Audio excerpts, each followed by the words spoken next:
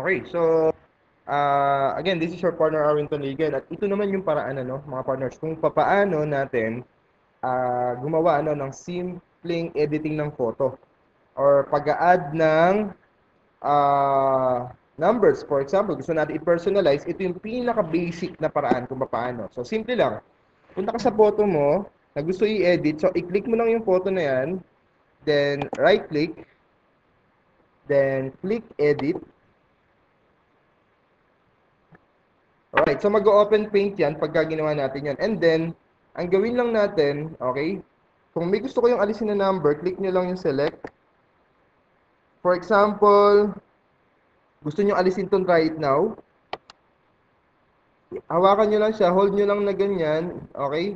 Hold nyo lang yung left key, then i-drag nyo.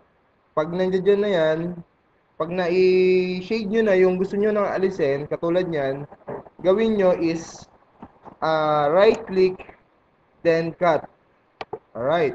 So, naalis na natin, If ever na gusto nyo lagay na yung number nyo, ang gawin yung step is, click nyo tong A, and then, i-click nyo dito sa banner, o kung saan yung pwestong gusto ilagay, pwede dito, then type nyo yung number na gusto nyo, or yung cellphone number ninyo.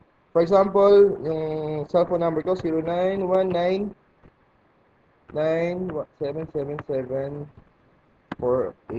So, ayan na, So, kung gusto mo i-personalize, ang gawin mo lang, i-shade mo lang siya or select all, shade mo, and then, pag na-shade mo na siyang ganyan, punta ka dito sa size.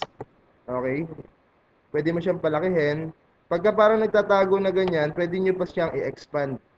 Okay? Itapat nyo lang yung mouse. So, pag nakaganyan na yung arrow, atakin nyo lang para lumabas siya. So, ganun din pagpataas. Alright. So, kung gusto nyo naman palitan yung style ng sulat niya, pwede rin. So, for example, ito yung gusto ko. Ayan. So, click nyo lang dito, Dito. Pwede kayo mamili. Alright. So, kung gusto nyo rin palitan yung color, kasi importante pag magpapalit kayo, naka-shade yung papalitan nyo. Kung gusto nyo ng red, click nyo lang tong red, and then that's it. Tapos na.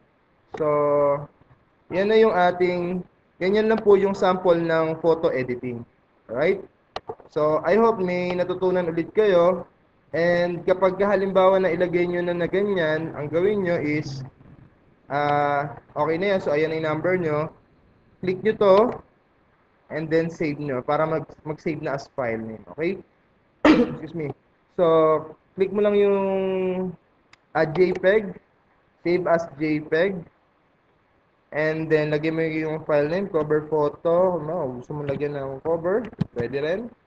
Alright, so ganyan lang, ganyan lang kasimple. Then click save. Alright. So ngayon, importante na kapag cover photo, importante din yung sizes ng ating cover photo partners. So, ang gagawin nyo lang para makuha nyo exact size for your cover photo for your Facebook page, click nyo lang itong resize, and then click yung pixels, then click nyo itong maintain aspect ratio, then kunin nyo itong ratio na to, which is 851 by 315. Alright? Pagka ano nyo na yan, halimbawa iba to, click nyo lang dyan, 851 by 315. Alright. Then, click OK. Then, okay. Resize na siya. Then, click Save. Okay? So, ganun lang kasimple. I hope may natutunan na naman kayo na bago dito sa ating video tutorials. So, again, this is your partner, Arwin Panaligan. Thank you very much for watching this video.